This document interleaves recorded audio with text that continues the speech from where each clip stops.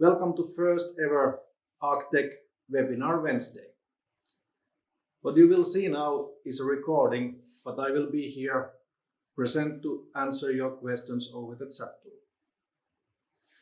The topic of today is Arc Flash related standards and especially Arc quenching standard. My name is Mikko Manninen and I am Arc Flash Product Manager at Arcteq Relays.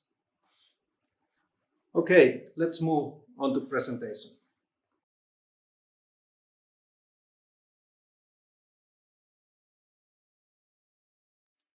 Arc Flash related standards can be seen from many perspectives. First of all, there is a global or international view of the standards and how these standards are followed nationally. There are several switchgear standards which relates this topic closely.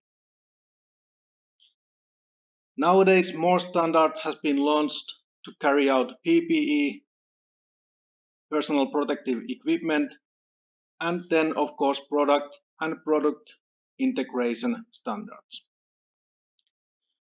I will shortly tell you about some of the standards, which are not all, but should give an idea of the many.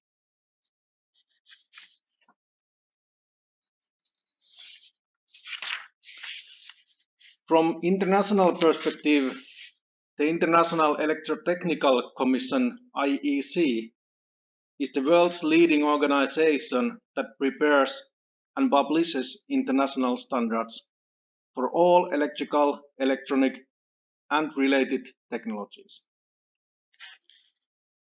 One example could be IEC 61850 communication protocol, which is mainly used within European utilities.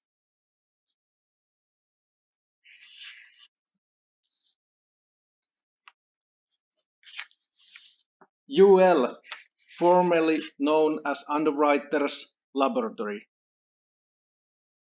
is a global safety certification company. UL is working in many different industries, energy and utilities is the one close to our profession. UL is very strongly involved in Arc Flash mitigation standards like UL 2784, for example. From UL side you can find, for example, this saying, areas of expertise, Arc mitigation equipment.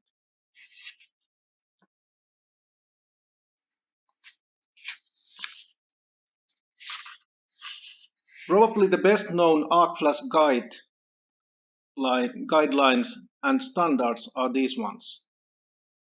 NFPA 70E and IEEE 1584. It is said that combination of NFPA 70E and IEEE 1584 are seen as de facto global standards. NFPA 70E is a standard for electrical safety in the workplace. This standard gives a good view of the working distances and correct PPE levels. IEEE 1584 is the guide for performing Arc Flash hazard calculations. The newest edition is 1584-18 and before was 2002. So IEEE committee spent 16 years to finish this one. They made more than 1200 Arc Flash tests to prove the calculation method which is in the new standard. From the NFPA 70E you can find, for example, PPE categories from 1 to 4. Earlier there was categories from 0 to 4, but today we do have only from 1 to 4. Hazard risk categories 1, there is an example for the clothing. For example, category 1 has the flame resistant shirt, flame-resistant pants and or flame-resistant coveralls, 1 layer. And the calorie is less than 4 calories. It also gives the guideline for the warning labels. Warning labels to be labeled, for example, switchboards, medium or low voltage.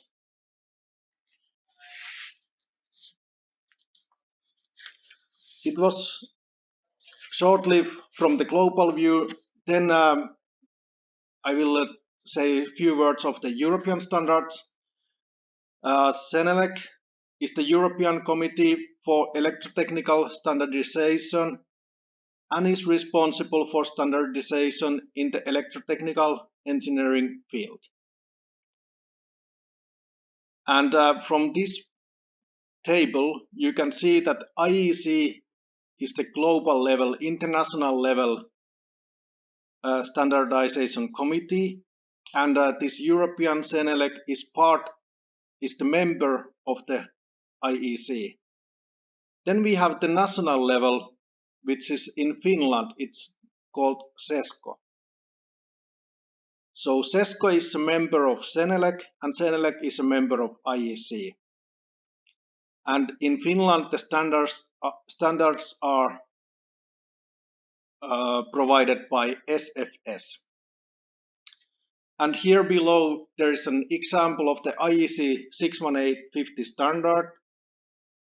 IEC is from the IEC, EN is from the CENELEC, and SFS is from the Finland. Just an example of the national European level. Then one example from the national standards. Well-known British standard institution.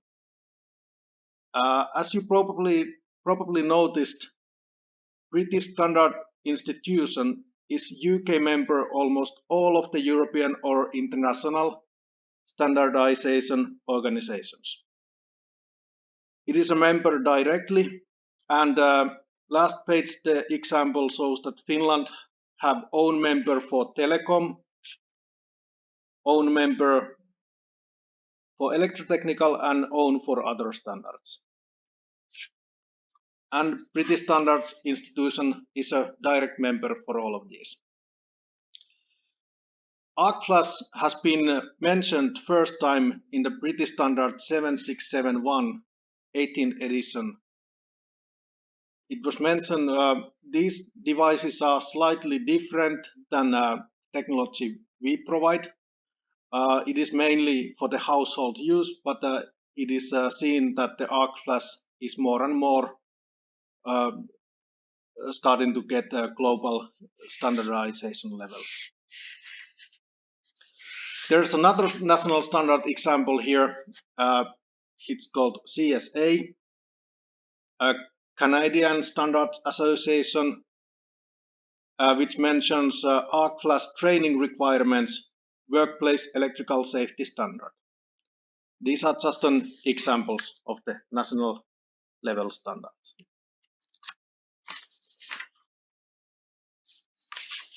Harmonization of the standards is ongoing process, which takes time for sure, but should simplify the structure after all.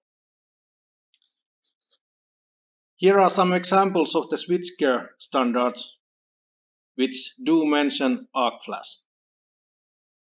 Left side, there are more medium or high voltage standards, and right side, there are low voltage standards. You can see from low voltage perspective how the standards starts to harmonize. For example, there is a standard from Australia, New Zealand called 3439.1. And that was Australia, New Zealand standard, and the new one is 61439. And if you have a look on all other standards starting from IEC, 61439 is IEC low voltage switchgear and control gear assembly standard, and below that it's the British standard slash Senelec 61439, which is identical with the IEC. And then also Australia, New Zealand has this same 61439, and this is one example of the harmonization of the standard.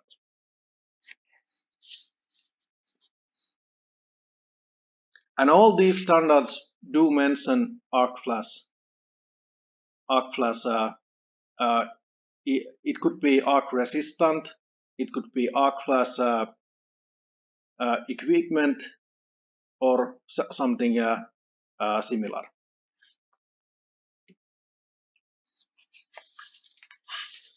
Personal protective equipment standards. PPE standards were introduced to me around 2005. One site we were working had new standard for PPE, and I first time heard arc flash rated PPE. During that time, they were not easy to source, and I had to order such gear abroad. However, PPE rules and standards has been well improved after that, and it can be seen that companies are proud to have the good quality workwear, and industries has adopted the standards well. And most often these arc flash rated overalls can be seen also as a combination of high visibility and arc flash rated levels to 4 or to 7 kiloamps.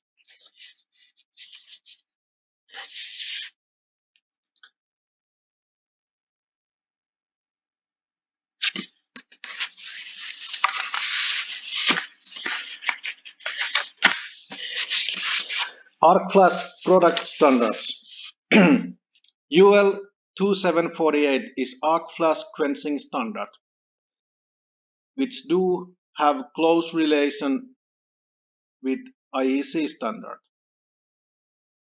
One major difference is that the UL standard has higher voltage level up to 52 kilovolts, and IEC standard is mentioned for the low voltage purpose. I have listed here some standards, UL 2748, and then some IEC standards, IEC 62606. 606 is mainly for the household use, so it's called arc fault detection devices, and it has a different technology for the household use. Mainly used daycare centers, for example, and yeah, that's one example. There is a brand new standard called IEC. It's a technical specification, IEC technical specification 63107. This is now less than 1 week. 1 week old technical specification, and it says it is integration of internal arc fault mitigation systems in power switchgear and control gear assemblies. And then the one what I want to open a little bit more, it's the IEC 6094791. It's the active arc fault mitigation systems, arc quenching devices. That standard is also very new, and I will tell you main points of that standard.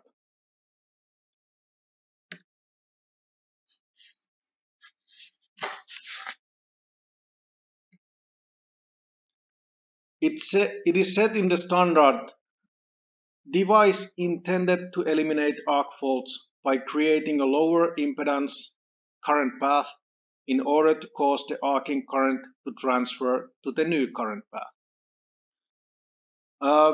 It can be said that, for example, this picture on the right side, you can see that there is a low voltage bus bar, and let's say that there is an arc fault at the very right hand side feeder.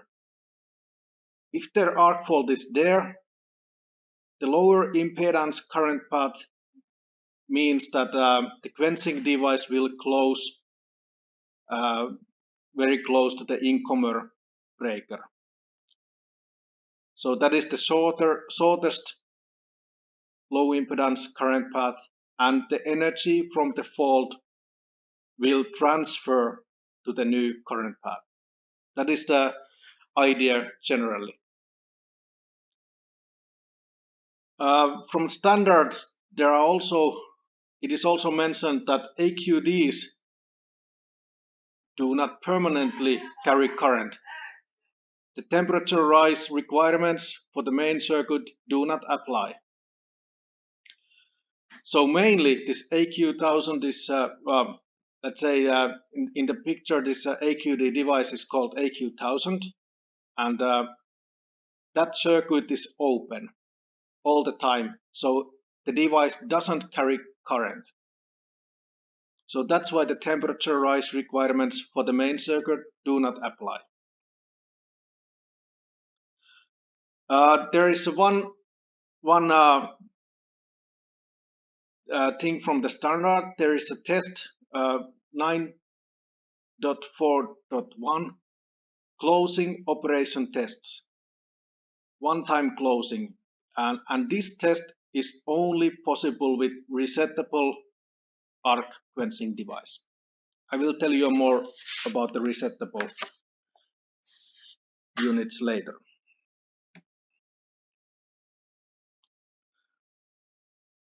It is also said that low impedance state is closed state, and this is one thing, this cannot always be tested. I will also tell you more about that, but this has something to do, or this has actually everything to do with the idea that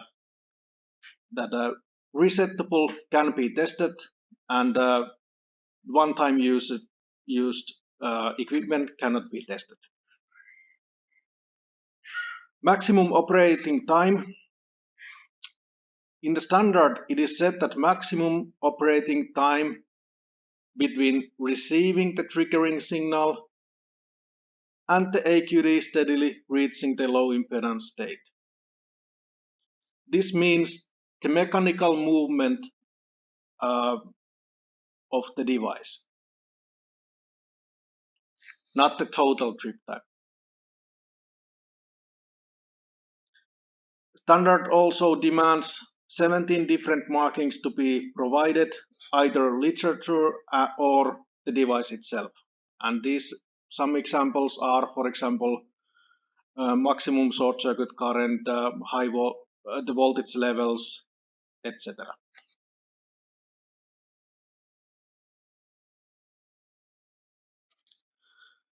Active arc fault mitigation systems are divided according to the mounting method. There are withdrawable types, and then there are fixed types. Withdrawable types, I could say one example, it is kind of a circuit breaker chassis type quenching device that you can withdraw the quenching device out and rack it in back. From the fixed types, I could say a few examples also. Typical technologies, a pyrotechnical operational type. It could be a spring type, or, for example, Thomson coil based technology. So divided to two different methods, withdrawable and fixed. Active arc fault mitigation systems is also divided to single shot or resettable ones. And the single shot has also been divided to not able to be reopened and able to be reopened.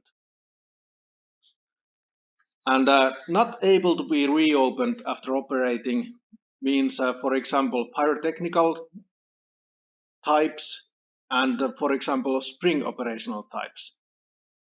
If the spring is used once, you cannot reuse it, or if the pyrotechnical explosions has been already used, you cannot reopen after operating, as an example. But you are able to reopen, for example, a CP chassis type because you can withdraw the unit out from the switchboard. So this is important that you can withdraw it, but the device is single shot. Then it is mentioned in the standard also the resettable AQD, and this is the one which is resettable and it is able to be reopened after operating. And typical technology is, for example, Thomson coil technology. And this device is the only one which can be tested according 9.4.1 from the standard, which says 1 times closing test.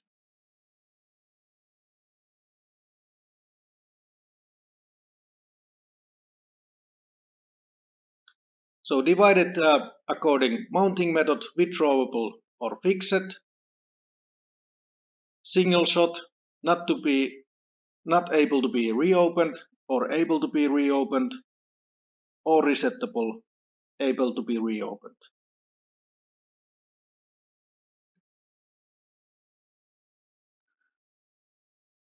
This is an example from our product AQ1000, and this is a resettable and fixed type.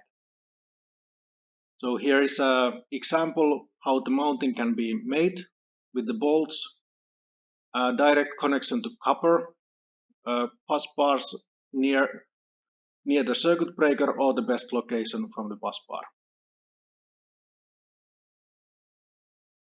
And can be reset. A few words about AQ1000 Arc quenching device.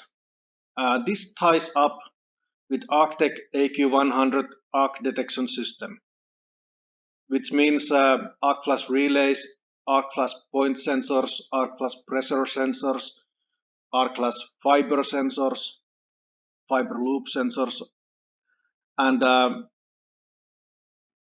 current plus light monitoring units. It has a 690 volts rated voltage. It is UL listed. It has a Thomson coil actuator, which means that when it is fully charged, it is ready for operation, and you can see that from the LED device LED that it is ready to use. It is resettable. It has a unique patented design, and this can be tested and commissioned up to 100 times.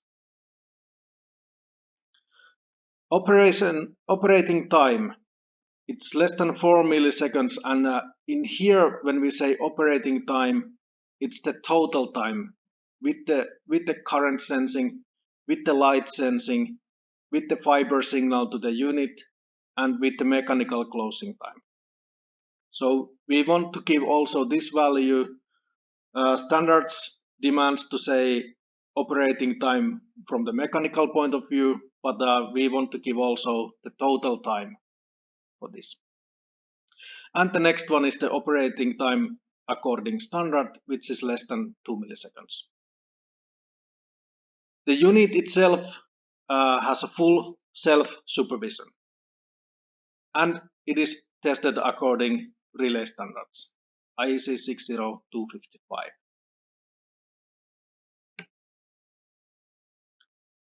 A few words of the PPE levels or the calories, which I mentioned earlier.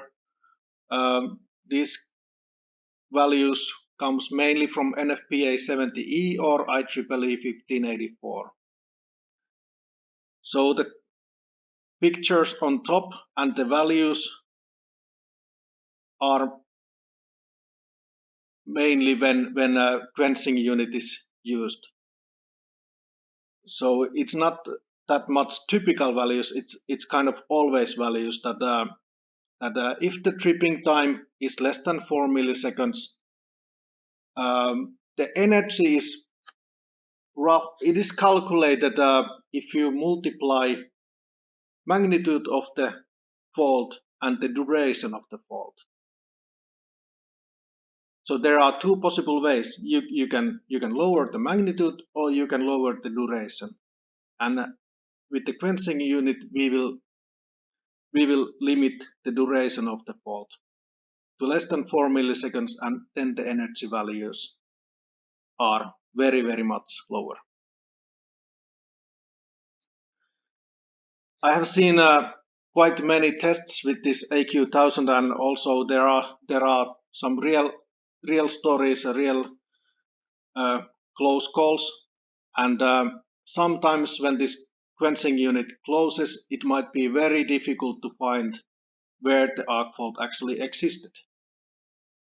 So it is not that easy to locate, but it makes it more easier because the sensor will give more detailed address where the possible fault has been.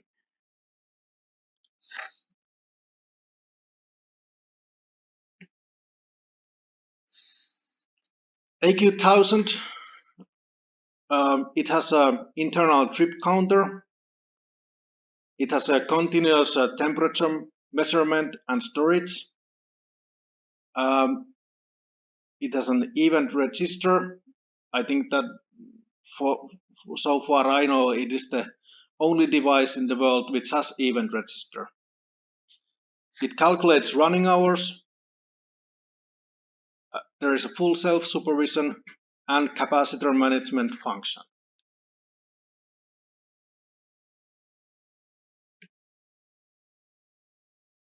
AQ1000 Advantages.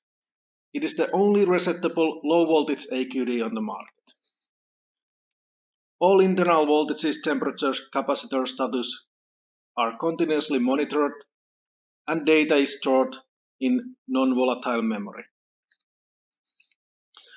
Tripping signals through the supervised fiber with coded signal. Trip contact for breaker control. So there are trip outputs, there are lockout function, there is a self-supervision alarm relay contact, and many other things. Important for this unit is that you are able to test it 100 times, but before the test, you have to set up the unit to commissioning mode. That can be easily done with the binary input or digital input signal, and for example, use a switch to give the 24-volt signal to AQ1000. When the unit is commissioning mode, then it can be recharged 100 times before it has to be maintained. There is one example of the testing, how the testing would look like. I have drawn a simplified picture of the low voltage panel, and there is a circuit breaker, incomer circuit breaker, quenching device to the bus bars. There is an arc flash relay and point sensors. And first thing before the test is, of course, that the switchboard has to be testing ready. It has to be no voltage. It has to be according site conditions. People has to be aware that the testing is to be done, and so on. So switchboard has to be testing ready, no voltage. After that, AQ1000 has to be set to commissioning mode. And here in this example, test kit will inject current over the threshold level to the relay above the circuit breaker. It's the blue line. Simultaneously, when injecting the current, test kit will start flashlight with timer. And the flashlight will go to the one of the point sensors inside the board. Test kit will get the feedback signal from the circuit breaker, and it can record the circuit breaker tripping time, circuit breaker opening time. And then test kit will record busbar low impedance state and time from the most suitable location. And again, remember that of course no voltage on the board. So this is a simplified example how the testing can be done.